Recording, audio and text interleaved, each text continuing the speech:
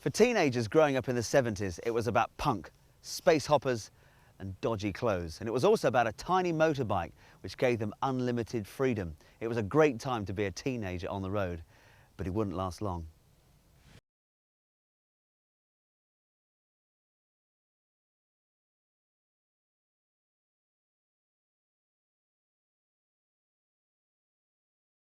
The chances are there's something else you'll remember from those times. A little motorbike called the Yamaha FS1E. These funky mopeds were everywhere, and if you didn't own one yourself, the chances are you probably knew someone that did. When I get me moped out on the road, I'm gonna ride, ride, ride. When I get me moped out on the road, I'm gonna ride, ride, ride.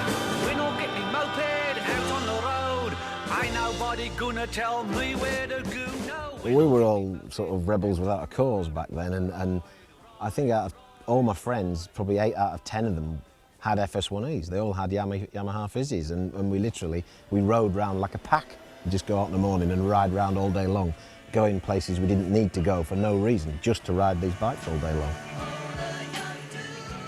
In the early 70s, motorbike manufacturers spotted a loophole in the law. Provided a moped had an engine under 50cc and a pair of pedals, you could pretty much do what you liked. The result? Machines which looked and performed like a real motorbike. And the joy was, you only had to be 16 to ride them. Top of most teenagers' wish list was a racy little number made by Yamaha. It's like a proper motorcycle. It's got a classic look. It's a nice small bike, and it's a nice light bike. And it's not sort of like a push bike with an engine thrown in, which most step-through bikes are, or a Barbie scooter. It's a motorcycle, but it's just a baby motorcycle.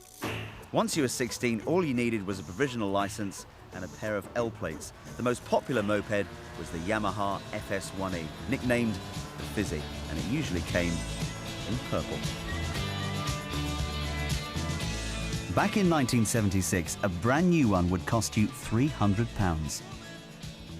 I worked in my father's pub, bottling up and helping out and serving food on an evening, and earned enough money to buy a second-hand one. I think I paid about £150 for it at the time, and that was how I got my first one. The sports mopeds were so popular, they're credited with single-handedly boosting a struggling motorbike industry. More than 200,000 Fizzes alone were sold in the UK.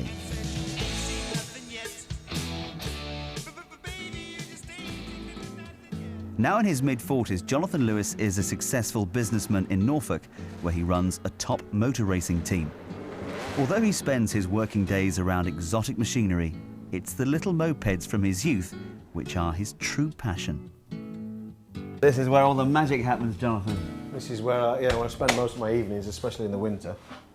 This looks fantastic, but I can see that it's a work in progress. What was it like when you picked this one up? This one was quite a wreck, actually. It's going to be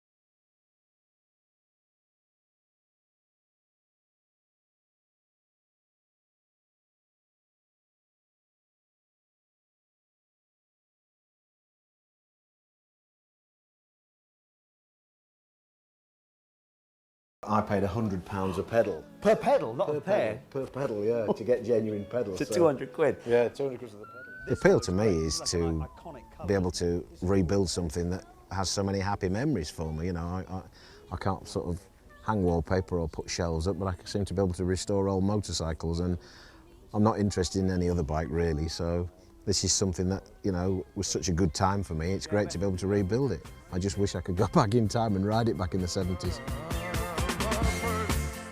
This one here looks fantastic. Yeah, this one's unique. It's because it's made out of basically all the bits I had left. So I couldn't make an original FS1E replica. So I thought, right, it's a sort of a Rockers 50s style FS1E, and I did it in black, and I put the Ace Cafe on because the Ace Cafe is going through a big resurgence.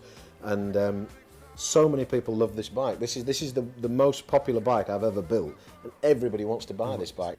Talking of buying them, how much would this one cost, or any of these other bikes here? It's a very difficult question. It depends how badly someone wants one, but that one I would say has a value of around £4,000 to £5,000. All right, that much then for that? Yeah, because it's made of all genuine parts. You know, the hours that go into them alone. You know, if I was to count my hours out at 50p an hour, it wouldn't cover it. Take a walk on the wild side. Of the many thousands of fizzes made, most were thrashed or crashed. Now 30 years on, and the little machines are making a comeback. All around the country, grown men in their 40s are rekindling their first love affair.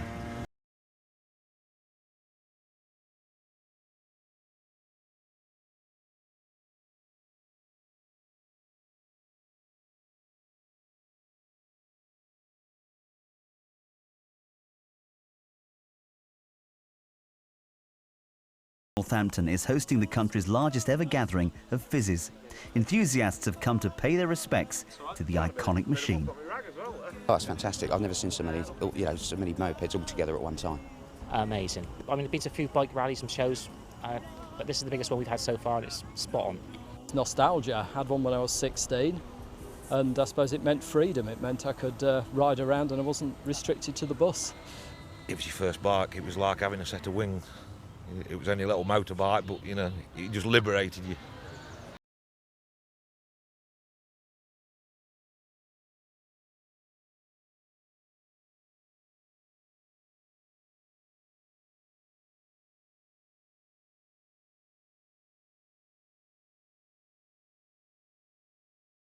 It was just crazy, just a real good time, and the gangs of lads on the bikes and all your schoolmates and racing, and just, I don't know, it opened a whole new world up to you, just unbelievable freedom it gave.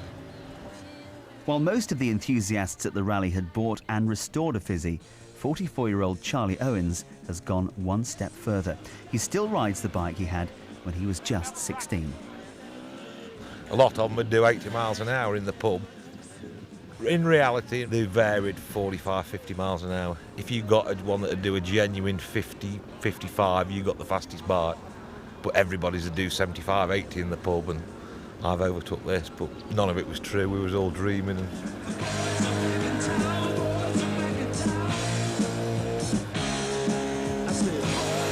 They might not have done 80, but as more and more teenagers took to the road, it was probably inevitable that accident rates shot up. Road safety concerns became a big issue, and the authorities brought in stricter controls. The love affair, for now, was over. On August the 1st, 1977, the Road Traffic Act came into force. Suddenly, all new mopeds had a power output restriction. The pedals were gone, and so was the oomph. What makes the FS1E the iconic bike that it is it's like the rally chopper or the space hopper or the clackers. You know, it's just something that everybody associates back with 1976. Fantastic summer. You know, if I could get a time machine, I would go back to when I was 16.